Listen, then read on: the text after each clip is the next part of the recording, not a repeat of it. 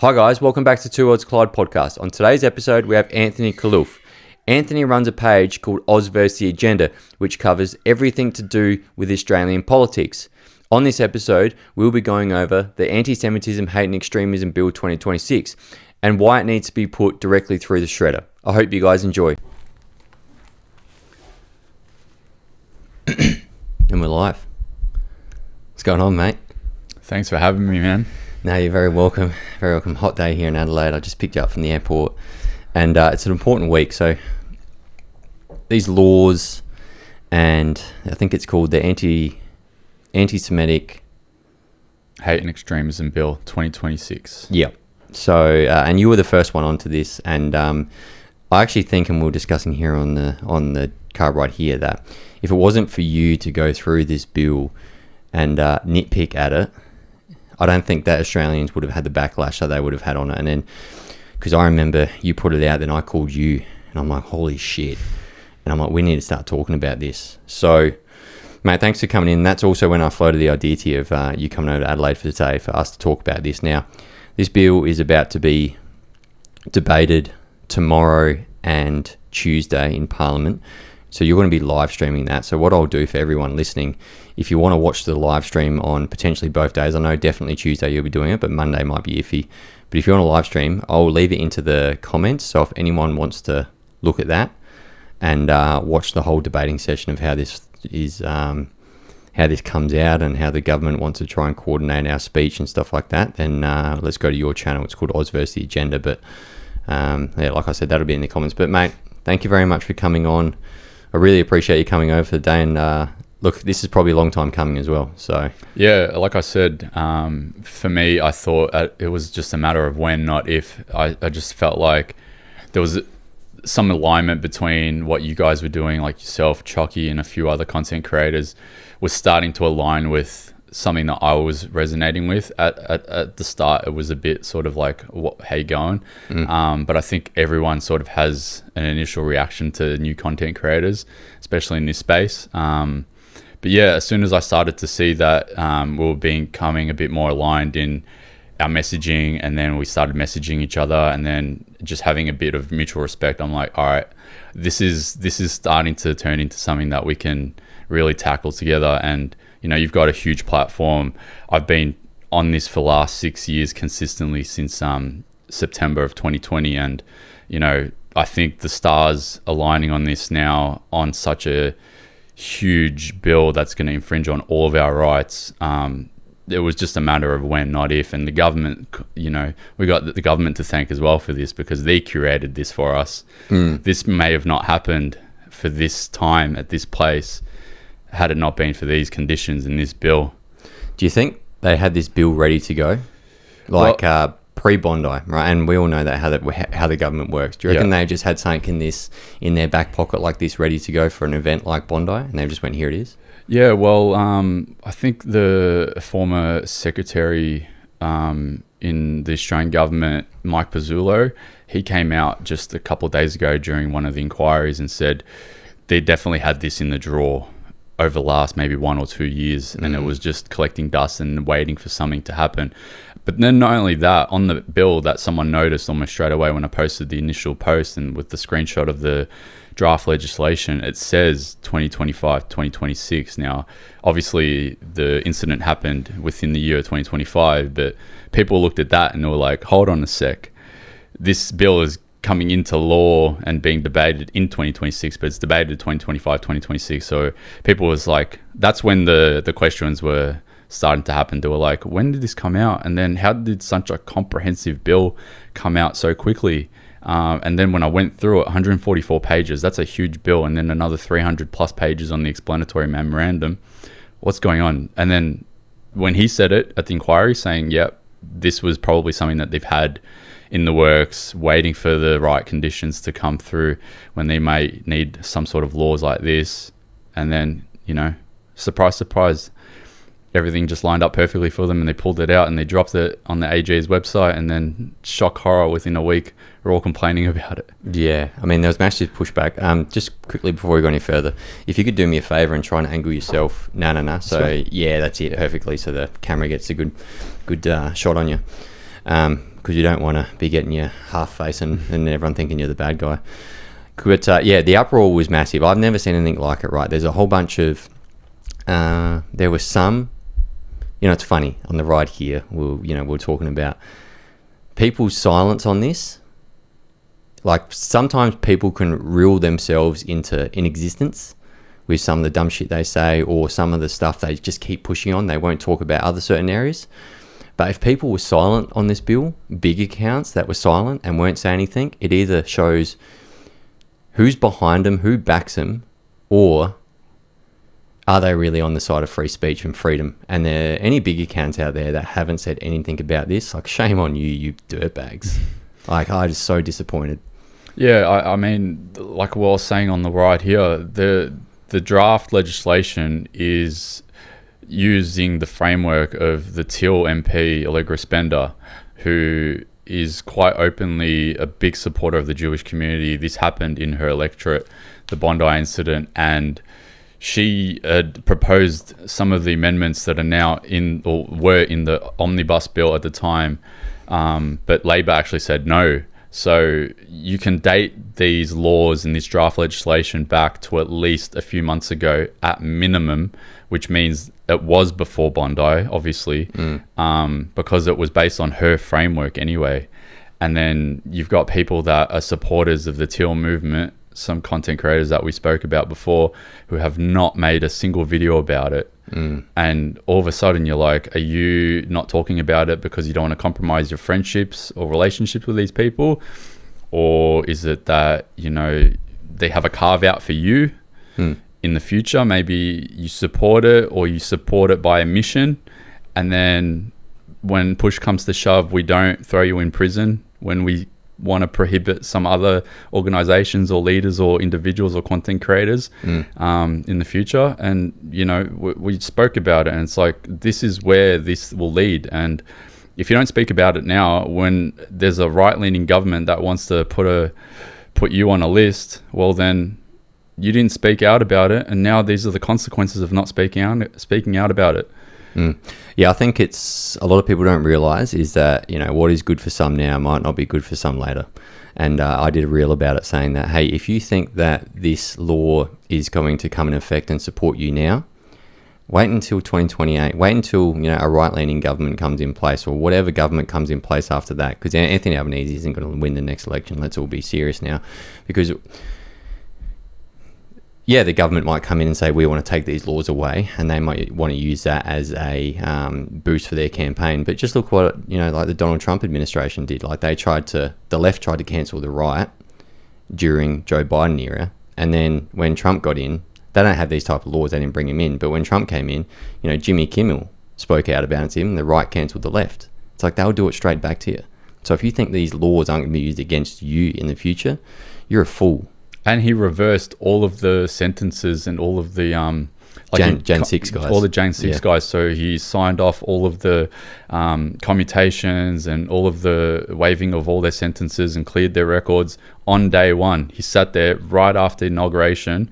He's like, nah, everything that you guys did to my supporters, we're cleaning the slate for it. And then when push comes to shove, if you guys speak out or do anything that's against my administration or my supporters, we're going to show you the same love. And we've seen it, and it's only been 12 months. There's another 3 years of the admin. Yeah, times are getting wild over there. Times are getting wild. Yeah, it's but let's concentrate on Australia, because I wasn't panicking. I wasn't going to really change my wording in any way. I was still going to be the same Sam that I was going to be, but based on fear. And subjectively, if someone feels fear, but someone doesn't even have to feel fear. If the government thinks someone feels fear, then they can prosecute you on that. Now, I'm so glad that these speech laws have just been thrown in the bin. Well, not really thrown in the bin. Delayed is more the word that I'd probably like to use. But it looked like a really, really scary future for Australia if those laws did pass. Now, thank God for the pushback from everyone, and they've sort of chucked that out. But to me, it almost seems like a bit of the psychological manipulation 101 of the government coming out and saying, yeah, look, we've got these really, really bad speech laws here, but all this other stuff we want to pass. And it's almost like they've just got everyone really angry all week. But they've come out and said, well, we'll still pass these laws, but we'll take them out. So everyone's just went, oh, yeah, okay, I'm happy about that. But in reality, if they didn't have the speech laws and they put everything else up front, we'd still be kicking and screaming, and then they'd have to barter with something. So they gave us the speech laws to barter with. Is that something like potentially governments do you think? Yeah, so a lot of the guys and girls that follow my stuff, especially over the last, say, 12 to 18 months, this happened almost in the exact same way with the misinformation bill. So the peak of our campaign against the misinformation bill came to a head where we basically threatened / lobbied every single crossbencher with their job, and with the ultimatum of like, if you vote and support this misinformation bill, then we're going to make sure that you're out at the next election. And guess what? The next election was coming up very soon at that point. So this was at the previous parliament to the one now, where the balance of power is either with the Liberal Party voting in support of a bill or the Greens supporting a bill. Back then, the balance of power was truly in the hands of independent senators, which was excellent. Now, the misinformation bill got thrown out in similar ways that this bill has been thrown out. It's just that the misinformation bill was one of a single piece of legislation where it was targeting all of these certain things that were happening online.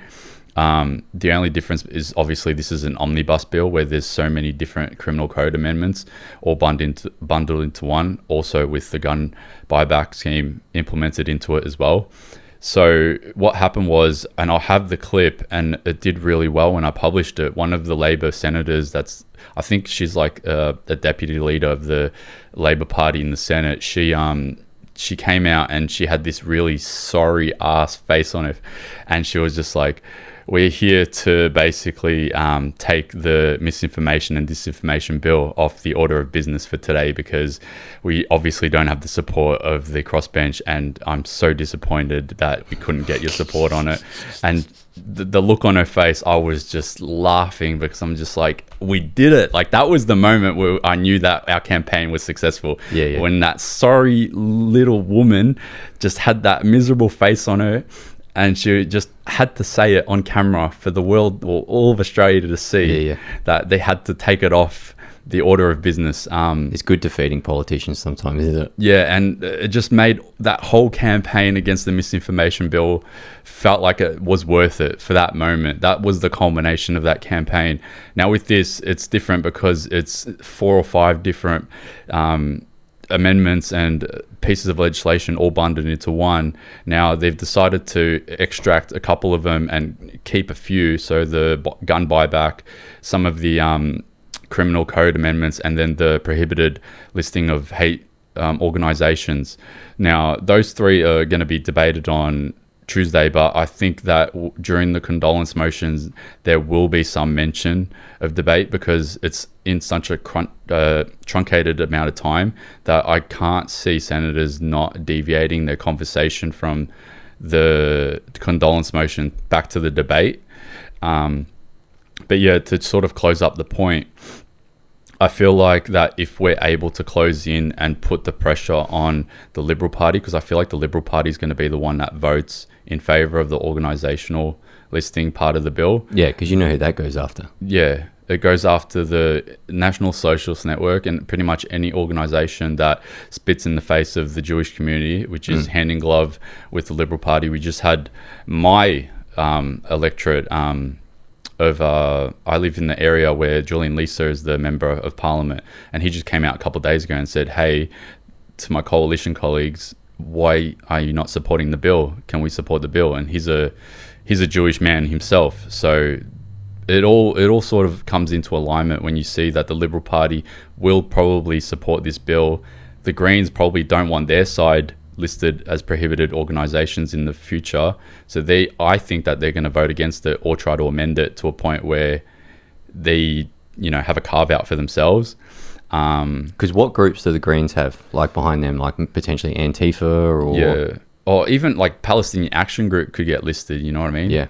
Like they just did that to the I think there's an organization in the UK some sort of Palestinian organization. Especially if it's a right-leaning government. Yeah. Of course they'll go after him because they've got the Israel and Jewish lobbying behind them. Yeah, so I think the thing that we do in the next 24 to 48 hours is just hammer home our displeasure of the potential of the Liberal Party supporting that part of the bill, because I don't think that we should worry about it happening to the NSN. I think we should worry about it happening to all of us. And that's a very good point, and I want to speak about this. For example, prohibited groups. What if Two Worlds Collide podcast becomes a prohibited group? All my subscribers, both email subscribers and paying subscribers, I've got a whole bunch on Facebook. I've got a whole bunch of people connected to my community. Is that a prohibited group? And anyone associating with that or helping influence this group that I have, do you think that could be labelled? I mean, you basically would have to copy and paste what the NSN did just a few days ago and just change the title from National Socialist Network to Two Worlds Collide and announce your disbandment. Yeah. That's what you would have to do. And then everyone that subscribes to you, that's a member on your Patreon, all have to same for Oz versus the agenda. Yeah, all of us. And I ran this through ChatGPT. I said, what happens if I get listed? And it's like, because it's just like a brand. It's not really me. It represents everyone. Australians versus the agenda. The agenda is what the agenda is. We know what it is, and it's been an everlasting name for the last 6 years. And the Australians that are against the agenda is the whole country that are contesting these ideas. And it came out and it said, you would be deemed the leader of an organization. You run as a registered business, as a sole trader. All your followers are going to have to cut their memberships or their subscriptions. They would have to disassociate with you.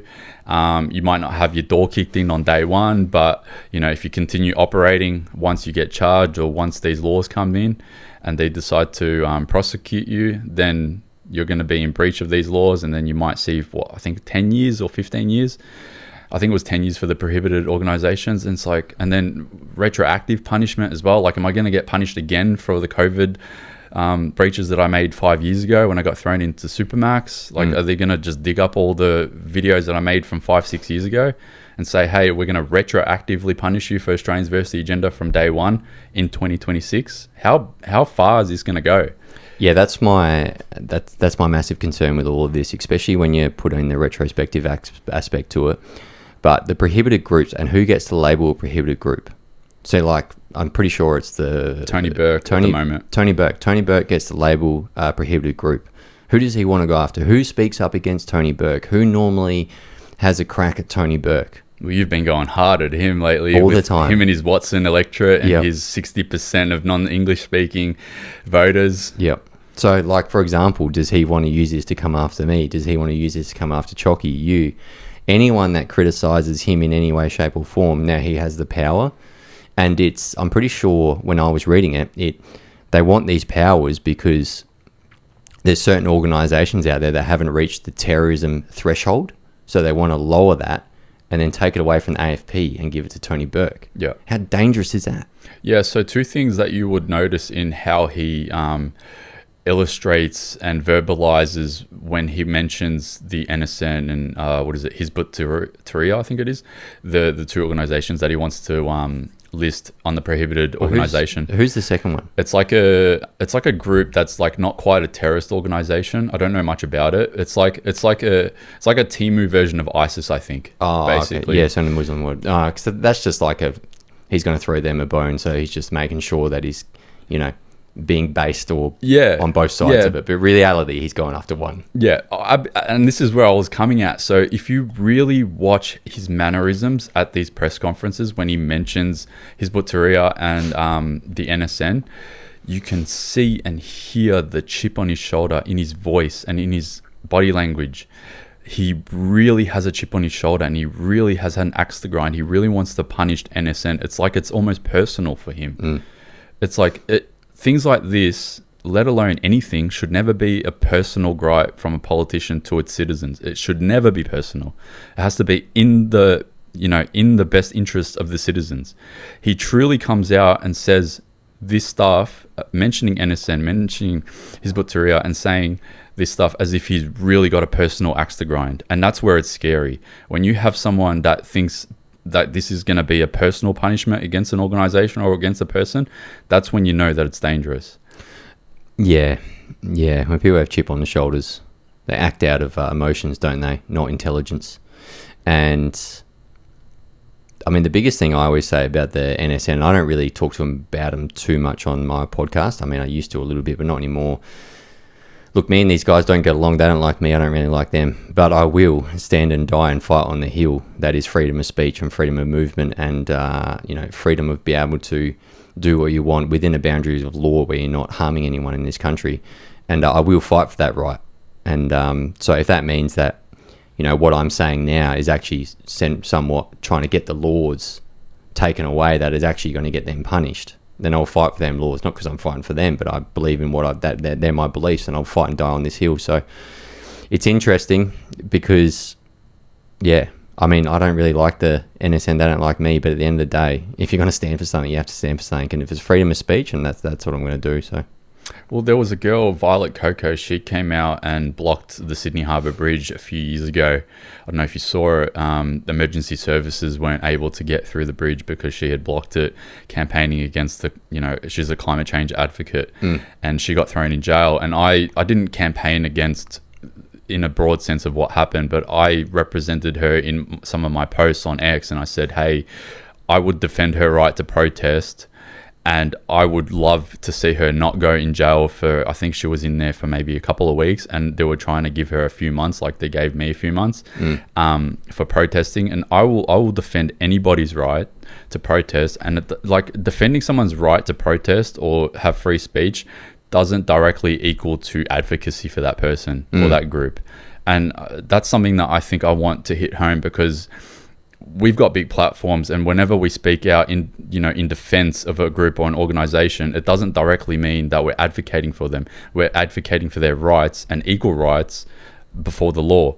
And if you misinterpret that and think that we're associating, guilt by association because we've advocated for them, that's the wrong way to look at it. I will defend any organization, any group, any individual, any movement, whether it be climate change, NSN, I don't know anything pro-Palestine, LGBT groups, everything, in spite of having their rights and their freedoms being breached by the government. And I don't care that doesn't directly mean that I'm advocating or aligning with them or I support them. It just means that I don't want their rights to be infringed, because it's them then and it's us next. 100%. And that's where I'm worried about with the prohibited groups. I mean, that needs to get thrown in. The whole bill needs to, I've preached this from the very start, it needs to be thrown into the shredder, right? And maybe let's pull back and let's tear apart what the Liberal Party's done here, especially Susan Ley, right? She came a few days after, saying we need more laws and all this bullshit like that. And realistically, I was calling that out straight away. I'm like, Susan Ley saying you need more laws. Like, screw you, woman. We don't need more laws. We just need to work out why the government hasn't actually used the current laws to stop what's going on. And why is a whole bunch of funding being pulled from the AFP? And why is the ASIO and ACIS leader pulled from the National Cabinet meetings? And why was there so much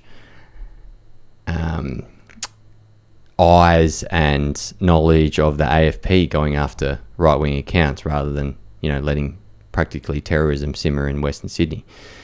But she came out probably a week ago and was saying and said that she's not going to stand in the way of the government bringing in more laws. That was Senator John Dunningham, but that's a Liberal senator. He is a front bencher. He is a part of the leadership group of the Liberal Party, and he does have a lot of say in their organisation by the looks of it as well. He came out and said that. I almost feel like that was kind of almost misspoken in a way from him, because he was also one of the chair for the inquiry, the 2-day inquiry, and he was also probing the laws in a way. So I don't know, it's weird with these politicians. Like, a few days ago, he's coming out and saying that he doesn't want to stand in the way, Liberal Party's not going to stand in the way, and then a few days later, the same guy that said that he's not going to stand in the way of the bill is now probing the bill at the inquiry. Make it make sense. Yeah, it makes no sense at all. And then Susan Ley came out and she said she's going to draft her own bill. And I'm like, guys, like, how about we just pull back and stop for a minute? Screw this bill shit. Let's just find out what happened at the Bondi event, and then potentially, if we need stuff after that, then we can move on it. But this knee-jerk reaction, and like, to me, Yeah, okay. Look, personally, I think that the Labor Party put the free speech part in there for it to be dragged out so they could get the other parts through.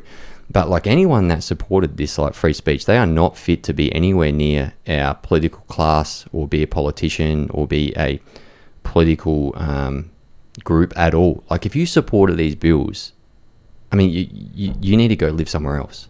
Like if you supported these bills in any way, shape or form, you are not fit to run the country because they are dangerous. They are so dangerous to an extent where your average Australian could go to a march on a weekend for the Rallies for Australia Day and say Australia is the best country on earth. And you could get thrown in prison for that for 5 years. Because it's a supremacy of the nationality of Australia, of the nation of Australia. What do you mean by that? That's what it says in the law. If you're advocating for the supremacy of a nationality, you could be punished. And that's why Pauline Hanson used that as an example last week.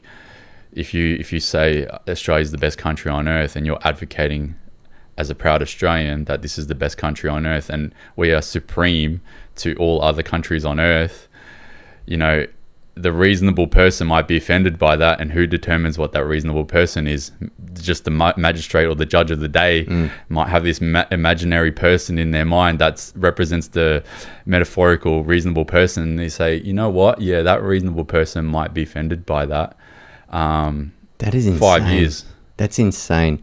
And to anyone who thinks that is okay or supported it or sat on their hands and said nothing, I think that's like, it's dangerous. It's dangerous that people's thought and their thought of mind and they thought that was okay to push down to the Australian people. That raises some serious concerns about the people governing this country and their supporters and anyone else who thought these laws were okay.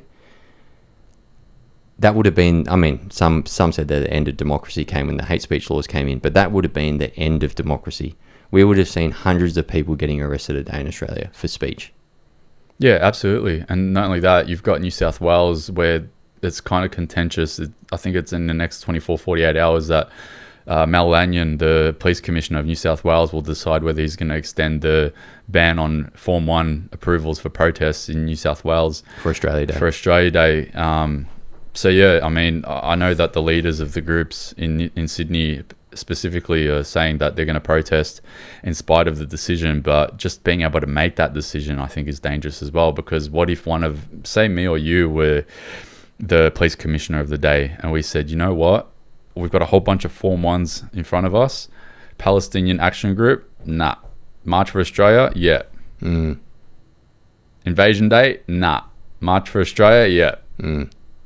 How would they respond to that? They would riot on the streets. It's dangerous. So what's your prediction with all of this over the next 2 days? I think the condolence motion will mostly be sort of like a solemn moment. There'll be a lot of heavy hearts, and you know, a lot of ministers will just sort of also be a bit theatrical with their words. Like I said earlier, I don't think the senators, because I watched the senators very with like an eagle. I don't think the senators are going to be strictly talking and mentioning their condolence motion speeches. I think that there will be some deviation to mention, like, two ideas relating to the debate. A lot of them can't help themselves, like Marine Faruqi. She always deviates from the subject matter. That's the Pakistan one, isn't it? Yeah. Yep. Yeah. So I can only imagine that's probably going to be the scene in the Senate. I think the House of Representatives will be quite formal and strict, and within the guidelines of the expectations of the Parliament. The Senate's a bit more of a theatre in some aspects. And then Tuesday, it's going to be a truncated debate. I have almost no doubt. That's why I put a couple of posts out yesterday saying to Malcolm Roberts, saying to Senator Babette, please have a draft motion ready, because the only way that they're going to get through with truncating all the debate and getting this bill passed on Tuesday within, say a 12-hour window, is by guillotining debate. And guillotining debate is basically putting a time limit on debate and excluding a lot of the senators that want to debate the bill out of that process, just so they can get to the vote and a division at the end of the day, however long the session will run. And I'm scared that that's going to happen, because you might not have Alex Antic debate the bill. You might not have Matt Canavan debate the bill. You might not have Jacinta Price debate the bill. And these are people that have come out saying that they're going to completely vote against this bill. I'm worried that they're going to truncate debate through a guillotine and not even give them a chance to speak at all, because that they have the ability to do that. And I'm scared that the Greens might support them in passing a motion to guillotine the debate and then not let these people speak, and they have the right to speak. That's why I was so hard over the last 6-7 days to try to get a signal from the Greens, to try to get a signal from One Nation, from Matt Canavan, from Jacinta Price, all of them, because not only did I want them to say whether they supported it or not, I wanted them to at least get something out there, because they might not even get a chance in the Senate. And I'm seeing this from an extended timeline. Some of these senators are so bogged down with legislation and staffing issues and all the other things, and they don't have the budget and they don't have the resources. I was like, you know what? I'm just going to put it out there and just remind you, hey, please have that motion ready, because if you get the Liberals on side and the Nats on side, you might be able to stop the truncated debate, and you might be able to all speak out on it. And then you might have the votes to be able to stop all the bad elements of the bill, which it's the whole thing. But the worst of it, I think, is the prohibited organisation part. I don't think the gun buyback is going to be something that we can stop, unfortunately. Nah, the Labor and Greens have already agreed to that. That's in there. That's gone. So we have to swallow that pill and just suck it up. But yeah, I mean, that's going to be an interesting next couple of days. And I just hope that it goes well in terms of the whole parliamentary process. But I'll be there watching the whole thing, and I hope everyone tunes in and joins me as well. Yeah, I hope the bill gets thrown in the shredder, but that's unrealistic. I think they're definitely going to keep, like we just said, the gun stuff, because the Greens, I mean, none of their followers are gun owners, or maybe like 0.001%. And the migration powers as well. I want to talk about that, because there's a lot of people out there scared about migration powers and stuff like that. They said, oh, does that mean we can't speak up against immigration? It's like, no. That's just separate powers they're giving to Tony Burke. So can you just explain that? Yeah, so it's just basically being able to revoke the visas of the hate preachers. So if I was at a mosque or at a church or wherever it may be, and I'd be preaching hate and tried to influence any demographic, I think that it reaches out into the youth bracket as well. And I'm hate preaching and I get caught, and I've got a visa, then I can have that visa revoked, and he has the power to do that, or the Home Affairs Minister at the time. They have the power to do that. When it comes to the being able to speak out about these subject matters, that's at the moment being revoked. So I saw a funny comment on my post yesterday when I said that Albanese had announced that the bill was going to be split. One of the top comments from a follower was like, does that mean that I can, make the fun of XYZ group of people? And then all the replies were, yep, go ahead. Yeah. So it's like, I reckon I've seen that. Still enjoy your freedom while you still have it with regards to that. Yeah. I reckon someone wrote it there. I laughed at it, and he said, does that mean I can still be slightly racist? Yeah. I got a lot of those. I did laugh, man. I don't read too many comments, especially on my post. Look, a lot of them are great, but like I do read the comments on your post, because you can get a feel as well for, what's out there with people, how they're feeling about stuff, and you can sort of gauge what the audience or what most people think is upon comments.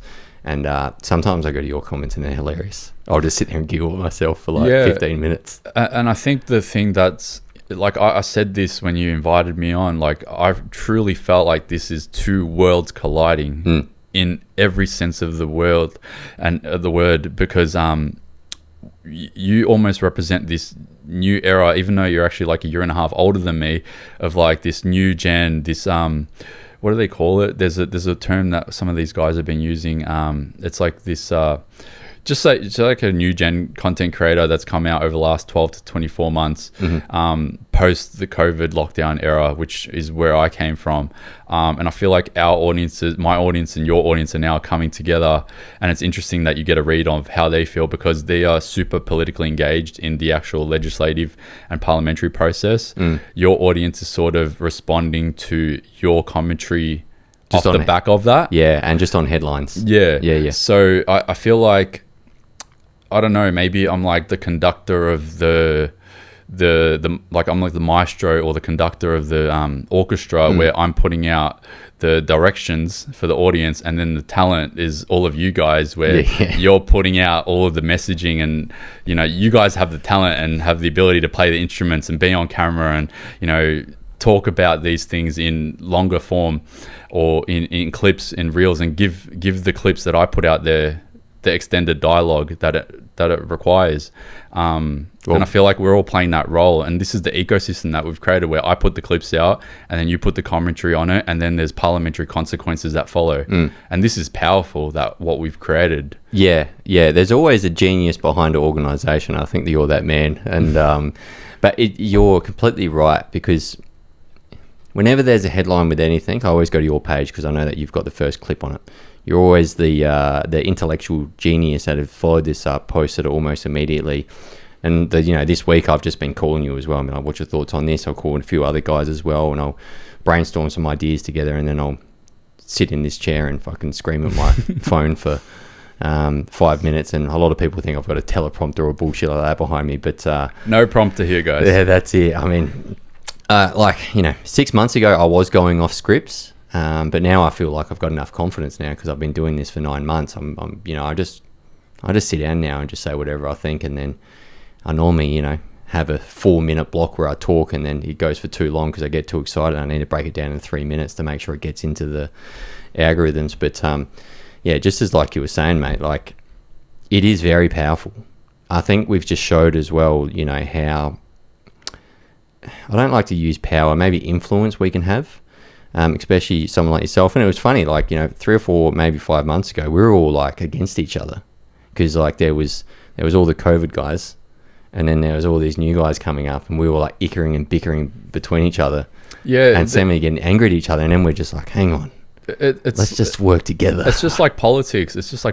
So Labour and Greens, actually, they're a consensus party where if you go out of the party lines, you're out. Like Fatima Payman crossed the floor to vote against I think it was a motion against Gaza, and she got kicked out straight away.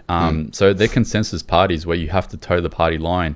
With the Liberal Party, where it does create a bit of chaos, is that they have the ability to cross the floor and have their own say independent of the party. And that's where it resonates with our side of the spectrum of politics against the left, where the left all are always working in unison, whereas the right, which would be us in this metaphorical example, where there's always a conflict of ideas. The way that you do something, the way that Chucky does something, the way that Joel Jamal might do something, the way that Monica Smith might do something, the way that Rukshan might do something, the way that Avi might do something, the way that I might do something.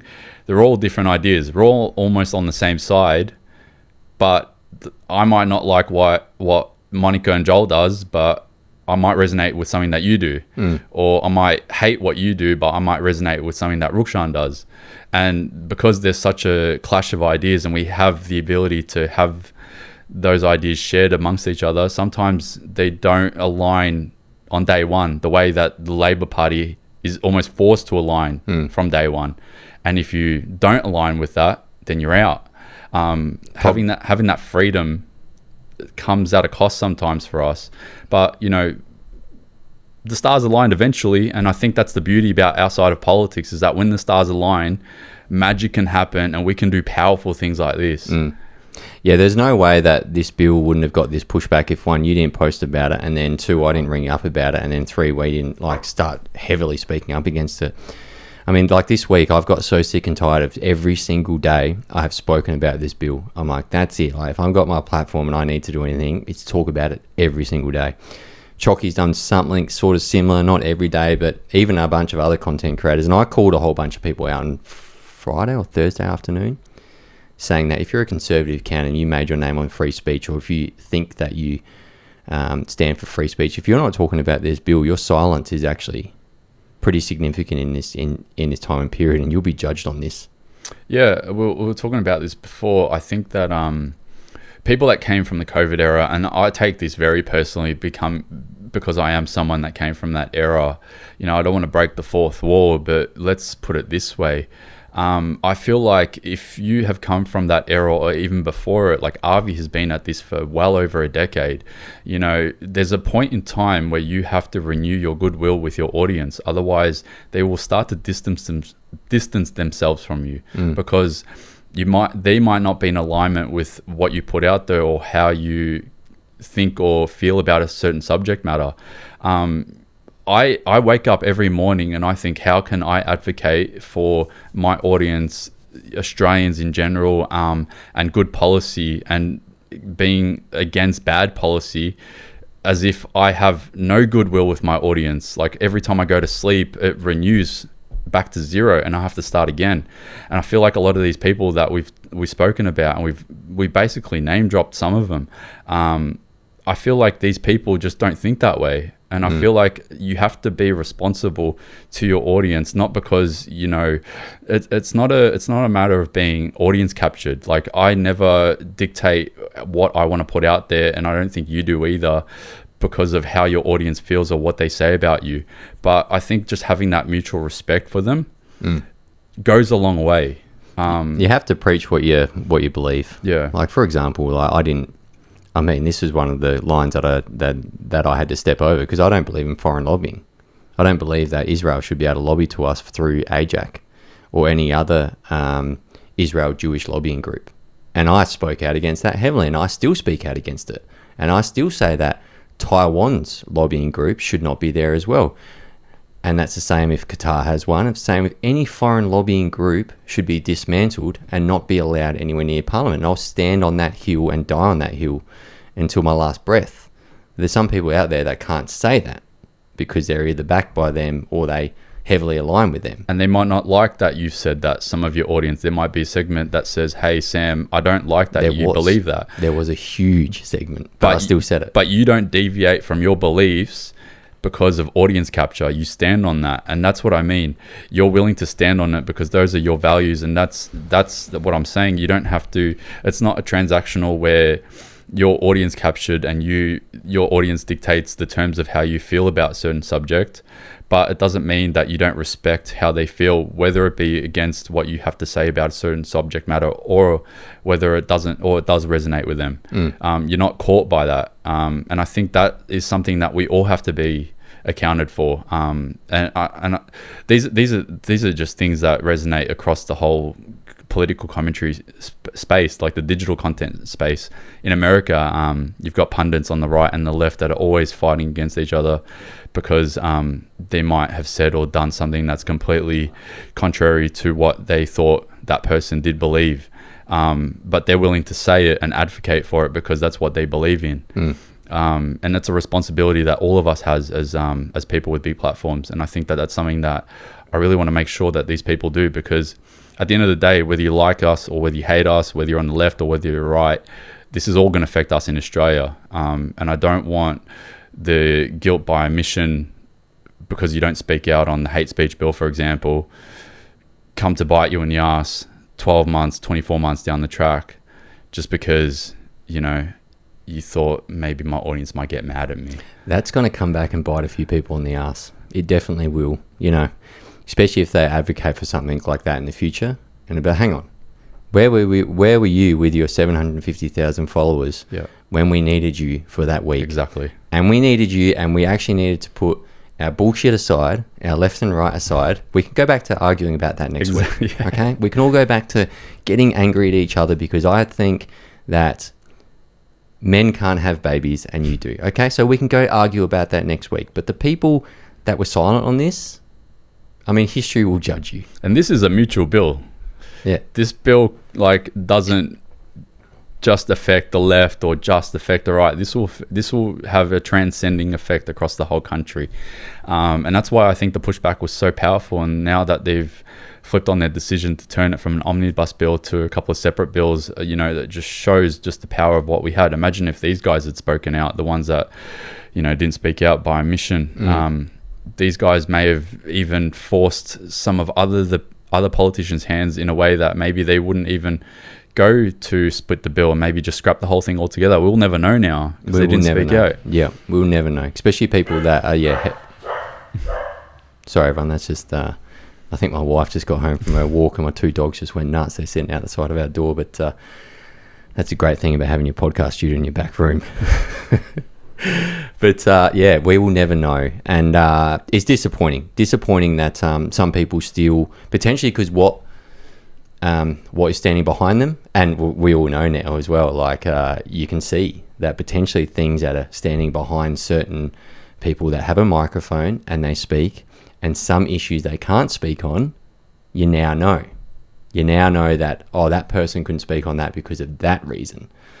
It's like the Trump with the Venezuela thing. Every single hard right account was like, this is awesome. And I'm like, and everyone was saying that Trump's going there for the Venezuelan people. I'm like, okay, that's great, but there's oil.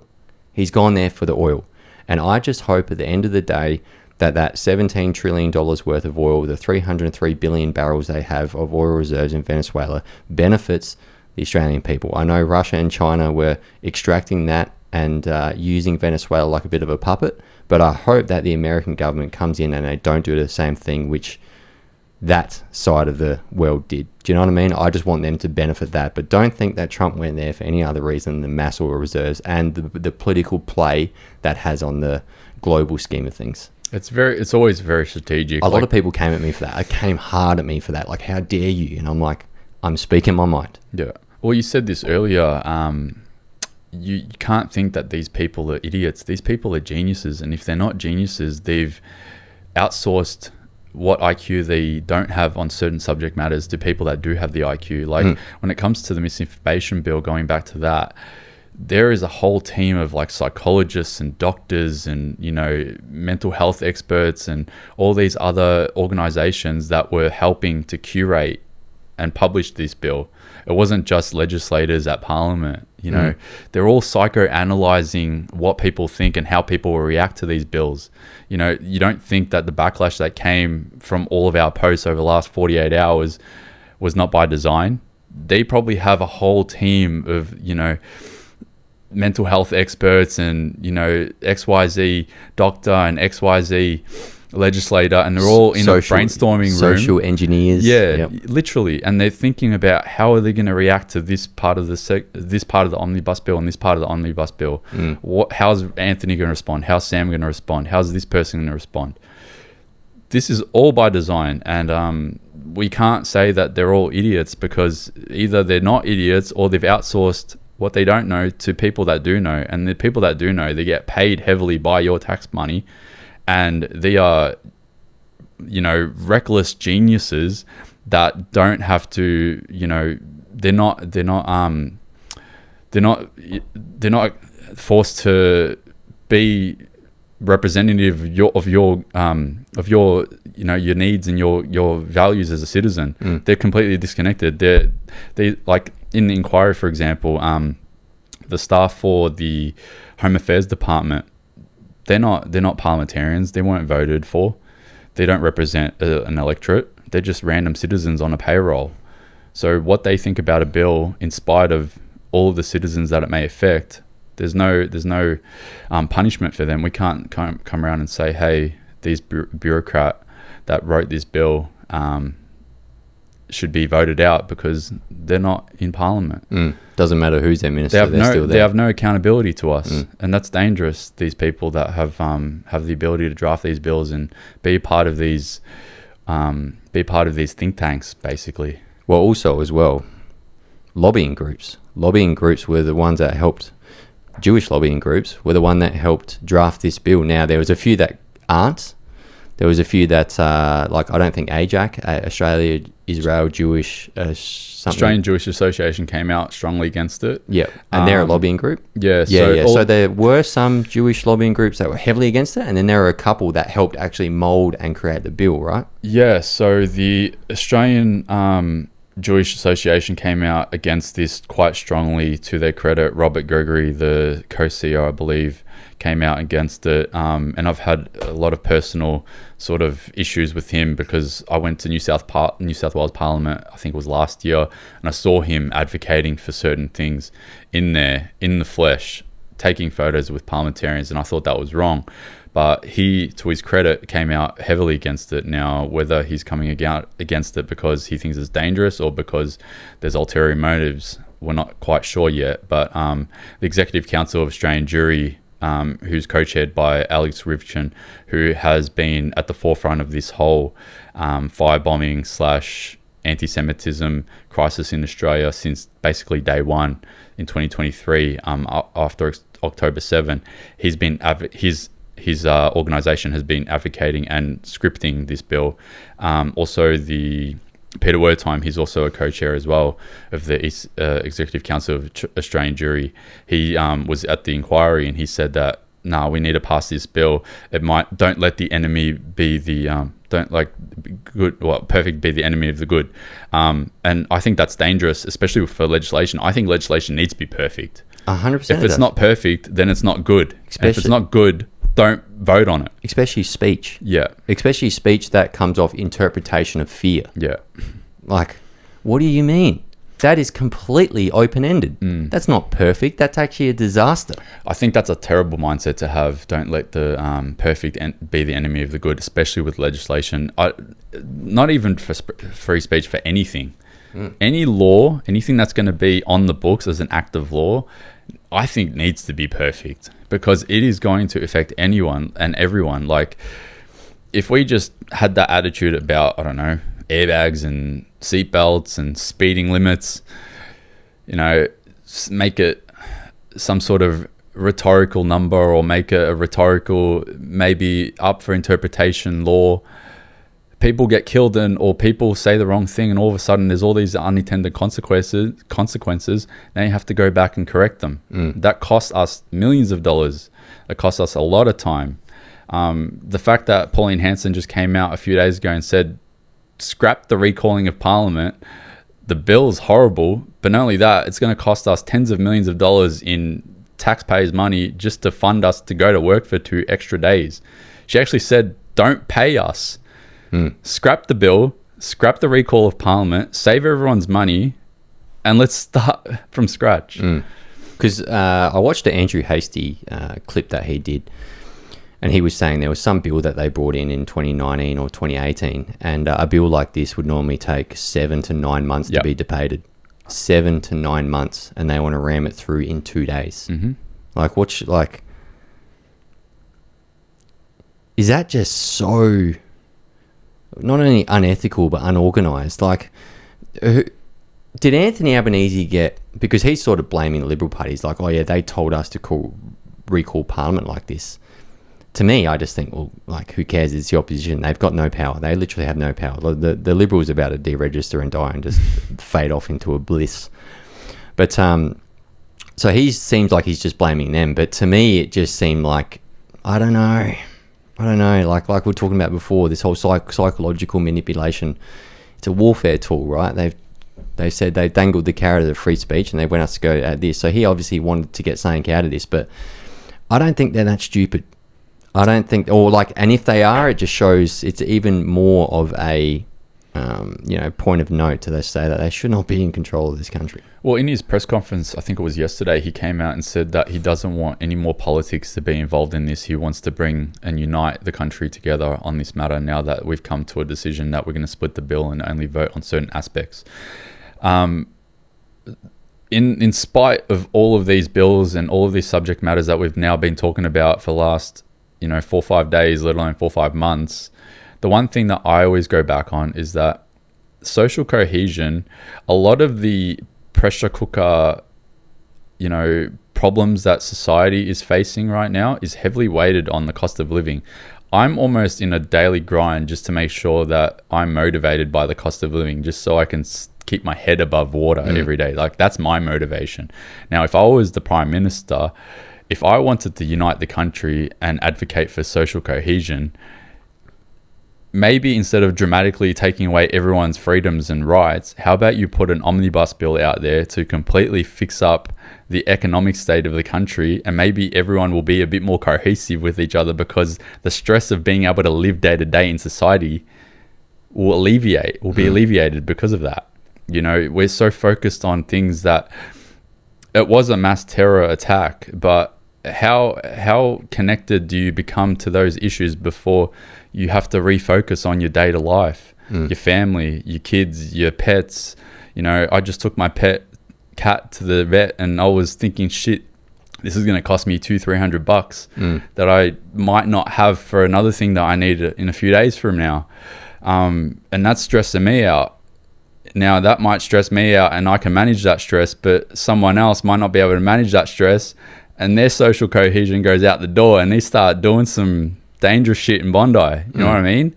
Like, there are certain levers that they're not pulling, and they think, you know what, screw alleviating everyone's stress and making cohesion easier for them as family units. Let's just take away all their rights and their ability to be concerned about these things and speak out about these things, and fuck the rest. And it pisses me off that they don't even do this. Like, where's the omnibus bill to correct the economy and to make, you know, the cost of living easier for society? That would alleviate 95% of the pressure cooker that is the chaos in the social cohesion fabric of this country.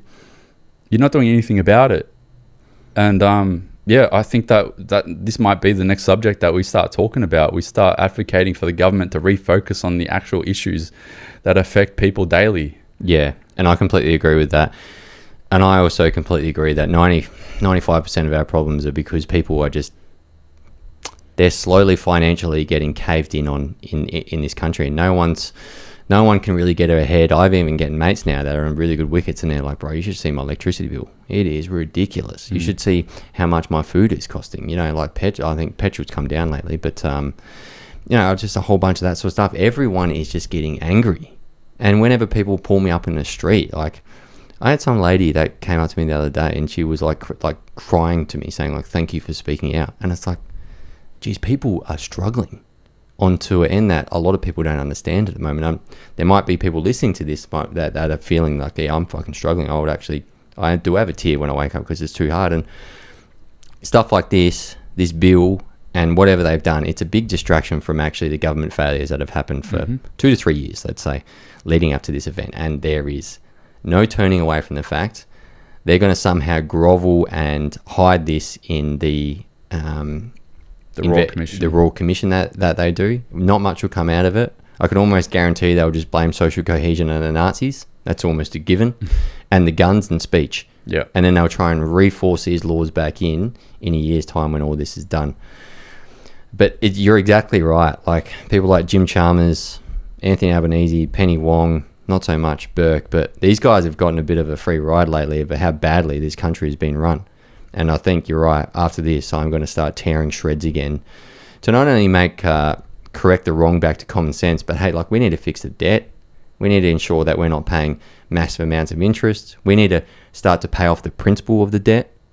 Because, like, what happens, right? And I did a reel about this not too long ago, especially with that debt. I understand that Jim Chalmers got lumped with like $700 billion worth of debt. And he says, well, that's not my fault. And I completely agree. But what happens, like, when you're targeted to go to $1.2 trillion by 2027, 2028? Like, you are just as bad as all your predecessors. And you did it faster. So why don't you say, why don't you just be a man, grow a pair of balls, and say to everyone, sorry, we're going to make some cuts and we're going to pay off the principal here.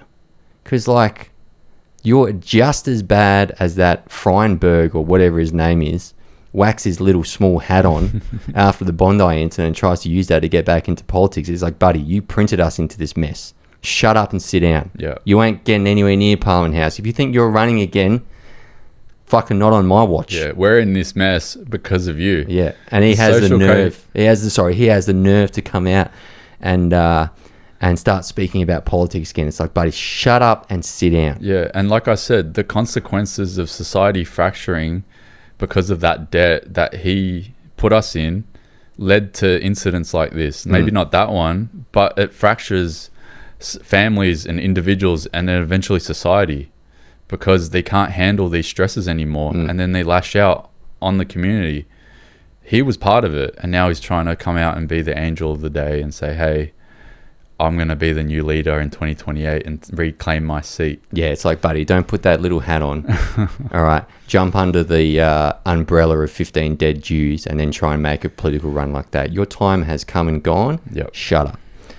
Anyway, over grilling him. But Jim Chalmers, like, mate, you need to pull your head in. Like, we need to be able to correct ourselves as a nation and make sure we're running this place as a business. Because the larger that debt grows, the worse it's going to get. And our kids, my kids, hopefully the 6 to 7 or 12 or 13 or how many of I have, they're going to be paying this off. And eventually, one day, sometimes, who knows, their interest repayments might get bigger than the loan itself. And then what happens then? Our dollar dies. What happens when a cup of coffee costs $1,000 because we've just devalued our dollar? It'll be Armageddon. It'll be Armageddon in this country. Well, I think it's happened to the Iran dollar. Was it Iran? I think it's Iran. Venezuela's dollar did it as well. It's zero now. Yeah, like people in a couple of years ago in Venezuela, they were wheelbarrowing around loads full of cash, and it was burning it. Yeah, and burning it. Started bonfires. Yeah, it wouldn't even buy them a cup of coffee. Yeah, and it's like people don't understand that's where we're headed. Like, these debt-addicted nations are terrible. And when the people get upset about it, and when society is completely fractured like it is currently in Iran, you've got tens of thousands of people getting massacred and executed by the government because they're like, oh, we can't handle this shit. Like, this is where we're heading. And to the point back to whether these politicians are smart or not, this is all by design. I think most of us, like, if we're speaking, I don't want to come out as if we're speaking, in a vacuum here, but it's quite obvious that this is all curated. Like, you can't make so many mistakes consecutively without this being by design. Like, if I make a mistake, or if I an example for me that comes off the top of my head is that the first day that I joined the gym, I was doing a dumbbell bench press, and I grabbed weights that were way heavier than I could handle, and I dislocated my shoulder almost on rep 1. I will never make that mistake again because I corrected that mistake. Now, if I decided, I want to try to ego lift and make that effort to try to right that wrong, and I dislocate and re-injure, how many times before I have to sit down with myself and be like, hey, what am I doing here? I'm completely stuffed this up. And I've just designed a whole, 6 months of injuries and, rehab and all these other issues that were otherwise unnecessary if I didn't just review the first incident and then correct the mistakes. You've got these politicians that have free reign. They have no one's holding them accountable. We almost have the inability of holding them accountable at this point at least in the House of Representatives, because they have so much power and so many seats. And they just make consecutive mistakes. And it's like, how does Anthony Albanese and Tony Burke and Penny Wong, how do they go to bed at night with this big smile on their face and just think, yeah, I did a great job today? If I made a horrible mistake like that and it affected and transcended across the whole country, I'd be going to bed like either miserable, or I'd be up all night trying to figure out how to fix that mistake and right that wrong. Maybe they do go to bed like that. We just don't know. I mean, I'm assuming they potentially don't, but their actions say that they don't. Well, their actions show that they're immoral cowards and they're completely turning away from what's the issue here, or they've come together and they're like, okay, we need to deflect everything away from us so the blame isn't pointed on us. And what did they do straight after the Bondi event? They deflected blame all onto the other side of politics, nothing into their own internal stuff. I bet you if they came out after the Bondi incident and say, hey, look, we made some terrible mistakes. We have made some bad mistakes, and we are going to work so hard to correct them wrongs. We are going to do everything we can, and we are going to not only protect Jewish Australians, we're just going to protect Australians, right? Australians need to be protected here, because that was an attack on everyone says an attack on the Jewish community, but that was an attack on Australia. Let's be fucking realistic here. If they came out and said that, I would have been like, fair enough. You can't fake that empathy as well. There's that video clip that I posted where Susan Lee started banging the desk and getting upset at Penny Wong for not showing empathy. She, in herself, was fabricating her own empathy and emotion in that act of fake rage. And people can see right through that. You can't fake that. And I think that that's so critically missing in politics. They just, like, I've personally become almost so empathetically detached from events like this, because how much can I give of my bandwidth to even a terror attack? You know, maybe I just decided to go to Bondi one day and I was a victim. I've become so emotionally detached from it, not because I don't have the lack of empathy or humanity to care about it, but like, how much bandwidth can we dedicate as individuals, as humans, to so many of these issues, to the point where we start neglecting our own health and well-being ourselves. And this is where the government has the responsibility. They should have the responsibility to be able to alleviate and deal with these responsibilities and deal with these problems for us. That is literally the mission statement of the government, to handle these stuff so we don't have to.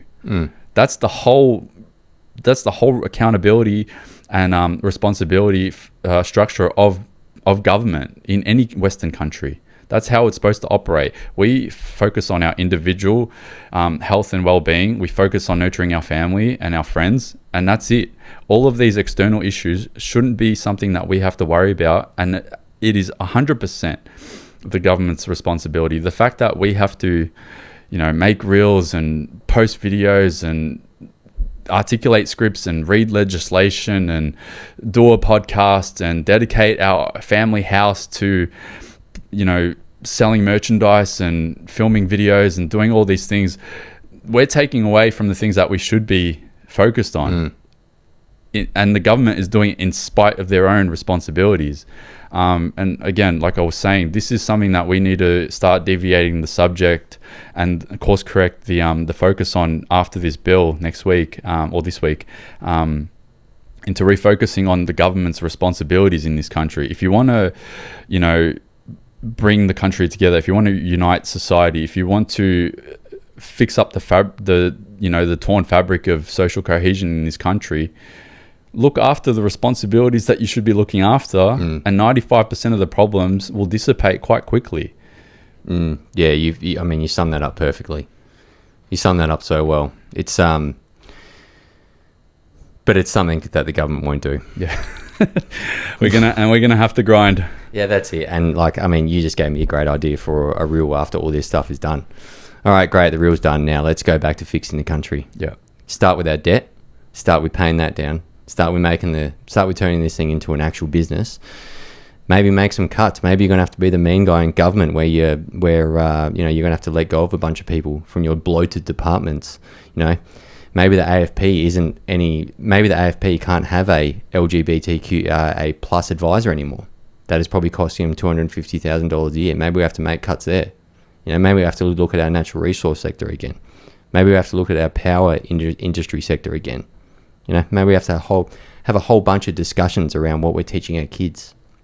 All this stuff needs to go back onto the agenda, and we need to start talking about it again after this bill is done. But yeah, to me, this is just a massive distraction from a lot of mistakes that was made by the government. Yeah, and I mean, I think the cherry on top of all those issues is that I think it would be great to see the government actually care about these things. You know, genuinely care about these things. It's very void. I've not seen any sort of care or nurture for society as a whole from any of this government whatsoever over the last 3.5 years that they've been in power. And it's a shame, because, you know, I feel like if you were in that position of power, you'd probably feel like I was saying before, you know, you'd go to bed and you'd just hope that you made all the right decisions in that 24-hour period for that country. If you were the Prime Minister, you wouldn't go to bed with a smile on your face and, you know, feeling like, yep, I did a good job, had you not been accountable to all 27 million people. It's man, we got some weird times ahead. Hey, so just quickly, we've got probably about 22, 23, 25 minutes left before we have to wrap up and then getting you back to the airport. But so I just want to quickly have a wrap over this bill of just sort of what's in it. So just give me a bit of a brief of what's been, just so everyone can fully understand what's been taken out, what's still in, the debating happening on Monday and Tuesday, and then when they sign the bill. And then I want to ask you some questions about when you're thrown in supermax prison. All right, so this is just off the top of my head.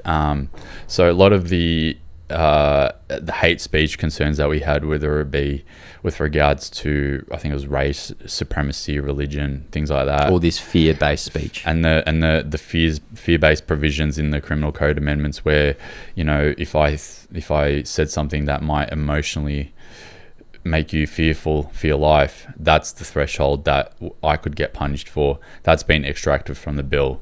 The dangerous parts that I believe that are still in the bill, I think the most important one that resonates with me personally is the prohibited organisations one. The one where they revoke the visas of the immigrants that are hate preaching. I think that's good. I think the provision in the gun reform that they want to legislate, the part where non-citizens can't get guns, I think that's good. I think only Australians should get guns. I've only ever fired a gun maybe once or twice in my life, so I don't have a personal attachment to weapons per se.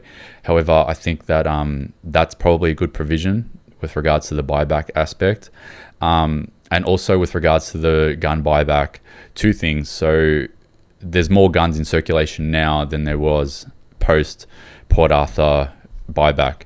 Now, what they are trying to do is to try to encourage people to surrender their weapons and take as many guns out of circulation. Now, if history has proven one thing because of the buyback that we've had in the past, is that eventually the numbers will come back up again anyway, even if they take, say, 1 million weapons out of circulation. If I could just jump in there, me being ex-military, I have a lot of mates, they're gun nuts, love it, and they have multiple guns. You know, they'll probably have 10 to 15 guns, 20 guns, and it's a hobby for them. And I don't think any of their guns should be taken away at all. They're limiting people to like 3 or 4 guns. That won't change the Bondi event. That won't change the Bondi massacre in any way, shape or form. And I've got mates that need a certain amount of guns because, for example, they don't get contracted or anything like that, but they'll go out and they'll shoot pigs on someone's farm, and wild boars and wild pigs can eat massive amounts of lettuce over a day, and like the lettuce industry could get destructed overnight if they are not allowed to go hunting on those sort of grounds. And if they pull back the amount of guns that they can have, it's going to be a bit of a disaster. I do, however, agree with the non-citizen gun ownership. I mean, I don't know how that wasn't in the first place. And Tony Burke being able to deport hate preachers, but like, where does that? What hate? Yeah. So who gets to decide what's hate? Who's a hate preacher? Like, is he just going to use that to go against the other side? And I really don't like legislating against a human emotion. Yes. Like, swap hate with love. Imagine if we were loving each other too much. Yeah. How insane is that just to think about? And who defines hate? And who can subjectively say that's hate? Like, and who has that ownership? What's their background? How are they brought up? Who do they have a bit of a chip on their shoulder against? Yeah. Do you know what I mean? And going back to the gun reform part, all of your mates that have several guns, right? They sit there and they will read the rules and regulations and the laws. You think Naveed Akram was sitting there and reading the legislation before he went out to Bondi? That's the big difference as well. They're responsible gun owners that will actually read the rules, read the legislation, and follow and abide by them. Because they are accountable to those rules and they want to work within those rules. Naveed Akram and any other criminal and terrorist, they're not sitting there reading legislation and rules. Not even one little bit. And my thing is as well, is like there's plenty of people that die in the cars every single year in car crashes. Are we going to penalise every single car driver? No. So, for example, like if we got someone that's a nutter in Western Sydney and goes shoots a whole bunch of people, we're not gonna put more laws on law-abiding gun owners. Where like some of them, it's their life. Some of these guys I know, and it helps them with their PTSD. They'll go out and they'll walk around and they'll shoot boars, and it's good for it's good for farmers. These things are pests and they need to die, and it's a good release for them as well. I have a lot of guys and. They also want to, talk about laws of bringing in, they're only allowed to sport shoot.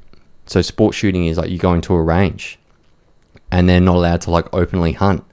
That would be devastating for certain industries as well that rely on ex-veterans to go in there and hunt these boars, wild pigs, even kangaroos, stuff like that. So we need these, personally, this is way too rushed to be able to even put all these things into some form of bill within 24 hours. So I want to see the whole thing scrapped. I would love for them to revisit over the next 12 months or 7 months or 6 months or whatever, those things that we spoke about. Because these are the things that need to be debated that won't be debated. That's the thing about it. If the Greens just side with it and say, yeah, cool, but they don't realise that this will probably be terrible for the ex-veteran community that loves guns and actually helps the economy by shooting a whole bunch of these boars everywhere, or it's a good release for them, and stuff like that, then we're going to get completely missed here, and a whole bunch of people are going to get penalised for two dickheads.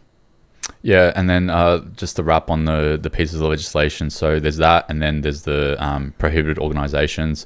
Like I was saying earlier in the car, I feel like the Greens will probably vote against it. I'm just making an early prediction here, unless there are some amendments that put it back into alignment where they want to support it. I think the Liberal Party might be caving in to the advocacy of the Jewish community, where they might say, you know what, prohibited organisations, National Socialist Network, they put a whole bunch of banners out there in 2025 preaching their hate against us, and we're going to support it because we're going to advocate for the Jewish community. I think the Liberal Party will support that part of the amendment. I will be hugely disappointed if they support that. Yeah. Because where does this go? Yeah. Who decides what a prohibited group is in the future? Because if, like we said before, what is good for some now might not be good for some later. For example, Oz versus the Agenda. Is that a prohibited group? Two Worlds Collide podcast. Is that a prohibited group? What happens to all our subscriptions, subscribers? To what happens to anyone that follows us? Yeah. Where does this go? Where does this stop? Where's the boundaries? And who gets to decide all this? Tony Burke? We're going to trust Tony Burke? Yeah, so that's an early prediction on that. And then all of the other amendments that have been removed, I guess it's just a matter of time of whether they decide to retable it and redraft it this year, or maybe in the future next year. We'll just have to sit back and wait until that happens. And then, we're talking about this on the car ride as well. The final thing maybe that we want to talk about is the fact that a lot of the things that they could have done to prevent Bondi, things that they actually did to me during COVID, to surgical degrees that we spoke about. What did they do to you in COVID? Let's give you a bit of a backstory. What happened in COVID to you? Yeah, so long and short of it is that I woke up one day after about, I don't know, maybe a month of the lockdowns in Melbourne. I was just like, man, this is BS. I was working as a personal trainer. The whole fitness industry was shut down. I couldn't work. I bought some small pieces of gym equipment. I was working at the back of my unit at the time, and I'm just trying to figure out what I'm going to do for work and what I'm going to do for a job. And I just snapped one day and I was like, nah, and this is BS. This is bullshit. I want to go out and protest. And I've grown up over the last 5.5 years since being 28 at the time of my my initial arrest in September 2020. And I was inspired by two incredible guys from Melbourne. Some of the audience will know them, Raf Fernandez and Thanos Paniidis, them two from Melbourne. They had inspired me to participate in protest, and I just woke up one day and was like, you know what, we got all go to protest. So we all started to communicate like we basically have now in 2025, 2026 with big content creators. We all came together. We started to curate and organise some protests that were against the lockdowns in Melbourne. Thanos and myself got arrested and charged on the same day in September of 2020. His door got kicked down in the about 4-5 a.m. range of that same morning, and then about 6-7 in the morning my door got kicked down. And then, we got charged with incitement, got bailed. I breached bail several times because I was just like, man, screw this shit. I'm going to protests no matter what. And it got to a point where the government really wanted to crack down on me because I kept on breaching bail and I kept on publicizing me going to different states. Like I said earlier on the car ride, I had a whole bunch of people that were following me on my OJ Instagram, and they were asking me, what are you going to do? How are you going to go to Queensland? And I'm like, just watch me.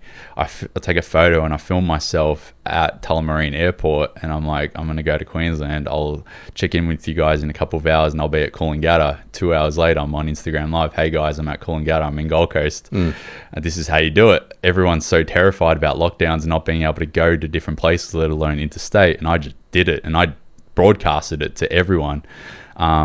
Gained a bit of an audience from that, kept on live streaming predominantly on Instagram, generated a bit of a following. Decided to move from Queensland. I was in Brisbane at the time, where we had a bit of a gathering.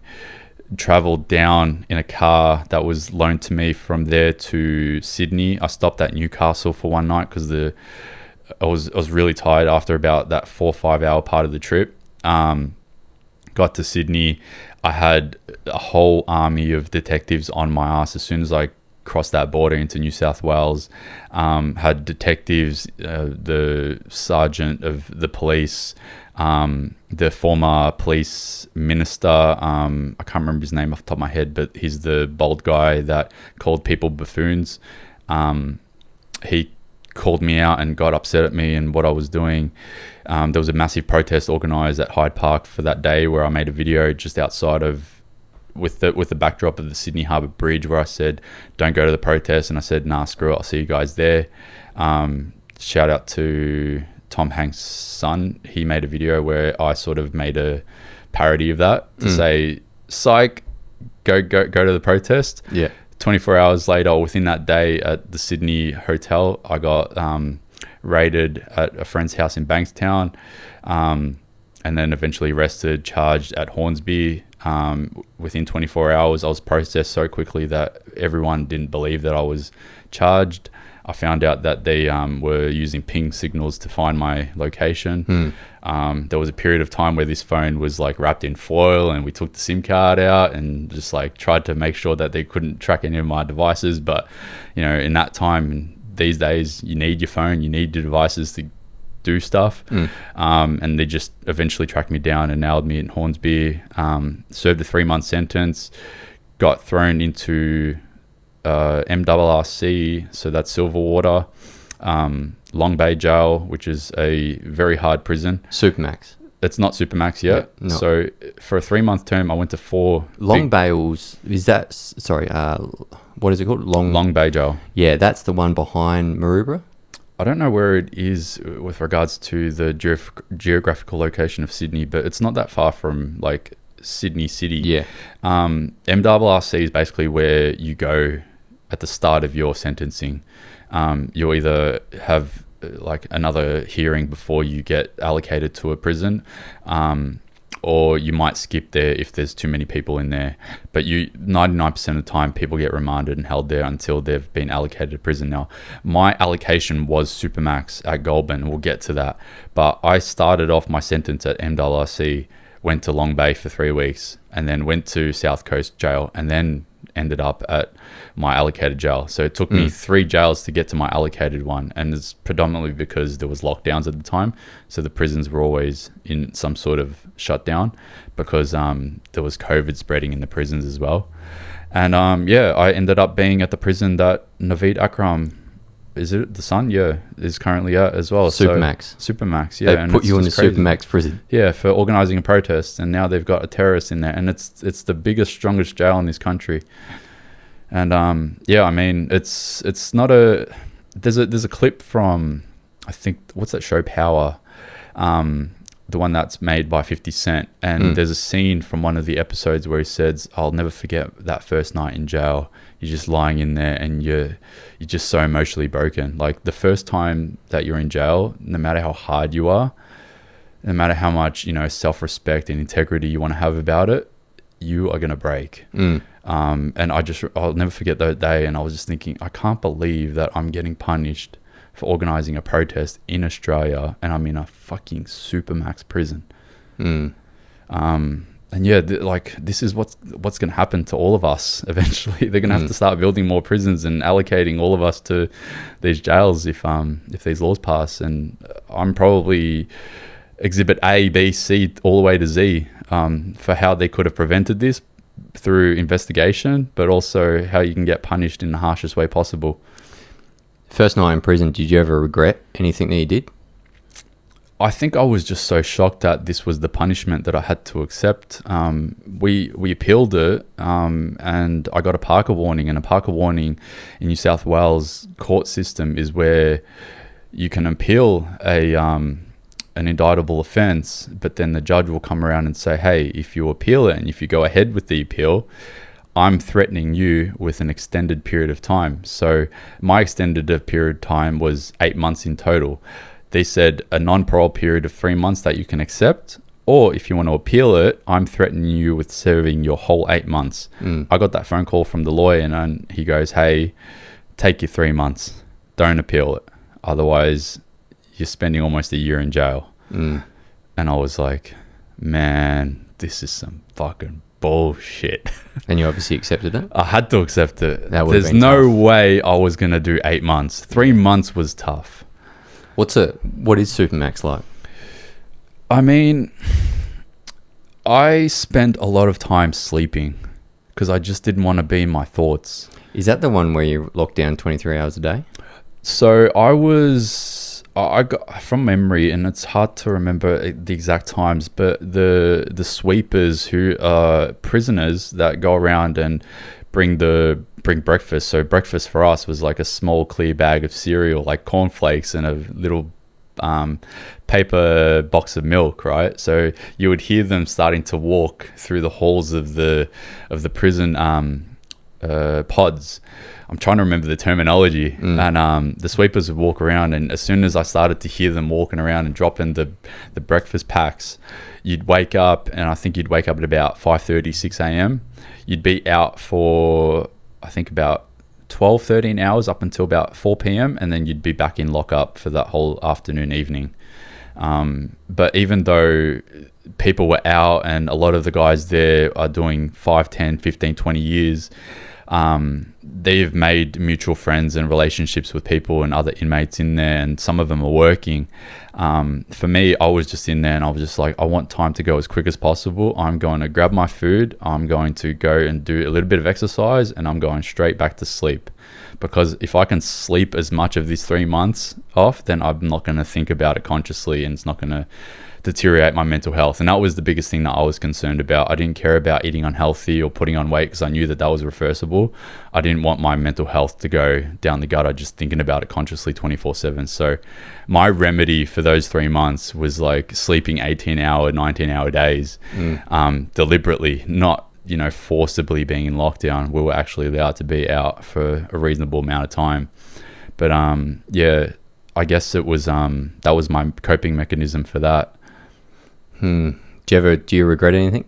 No, absolutely not. I wouldn't be doing what I'm doing now. I wouldn't be advocating for the freedoms and rights of Australians in this country had it not been for that. And I've been saying this since after that event of being arrested and being thrown in prison. I've got the biggest chip on my shoulder. If they threw me in prison and that couldn't stop me, there's only one other thing that can stop me, and that's catching a bullet. And aside from that, God willing, I'm going to be on a relentless pursuit that cannot be stopped. And I think the biggest change from when I was 28, a lot of my OG followers will probably be able to see this in just how I'm able to articulate myself these days, is that I don't have that reckless abandon that I had once during the COVID period, where I was just on an iPhone and screaming on Instagram Live and just doing whatever in spite of the law, breaching bail numerous times and not really caring about the consequences. These days I'm much more refined in my thoughts. I curate everything that I do before I do it. I always think about the potential consequences. And just seeing my mum being upset, that's like the worst of the worst of the, like my mum, we linked up a couple of days after I got released from Supermax, and the first thing that she said to me was just like, it feels like you didn't serve time in jail. It just feels like I didn't see you for a few months. But you did, and it really affected me emotionally. And I just hope that you don't do it again. And, these are things that are just memory hold, and they just hold so much power in allowing me to make the correct decisions, because I don't want those to be the unintended consequences of the things that I do. But the things that I do and the things that you do and the things that the guys that will be watching do might become out of the bounds of the law if we let shit like this slide. So we've got to make sure that we don't let this stuff pass, and hopefully the bill doesn't pass, but we'll see what happens. It's going to be a crazy next couple of days. Well, they took the main parts out of it, which would really can hammer us down, but the prohibited group needs to go, and I'll be making a reel about that tomorrow, and sending some shots over the barrel to the Liberal Party to say that they back this, and they are my enemy through and through. So there's been a lot of people come out and say that the bill needs to be completely scrapped, and they're from that side, and I really hope they do agree with that, because that's a dangerous one, very, very dangerous one. I hope the whole bill gets scrapped and we can actually go through it over months and months.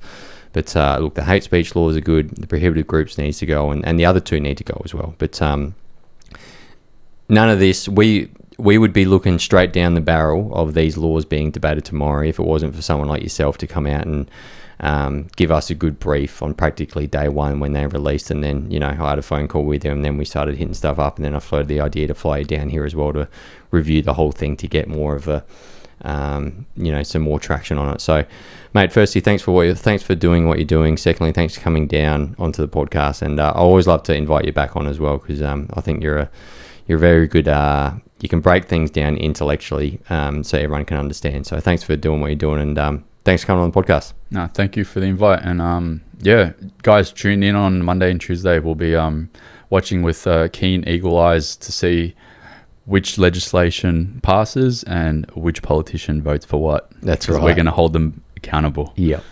And for that stream, I will put your YouTube link in the comments on both Spotify, not in the comments, on the description in both Spotify and my YouTube channel. So if you want to watch this whole thing live, just scroll down there and you'll be able to click it and follow you from there. But mate, thanks for coming on. Thank you. Thanks for tuning in to Two Worlds Collide podcast. If you want to support what I'm doing, you can grab some merch or jump on my Patreon program. Both links are in the description. Until next week, take care, guys.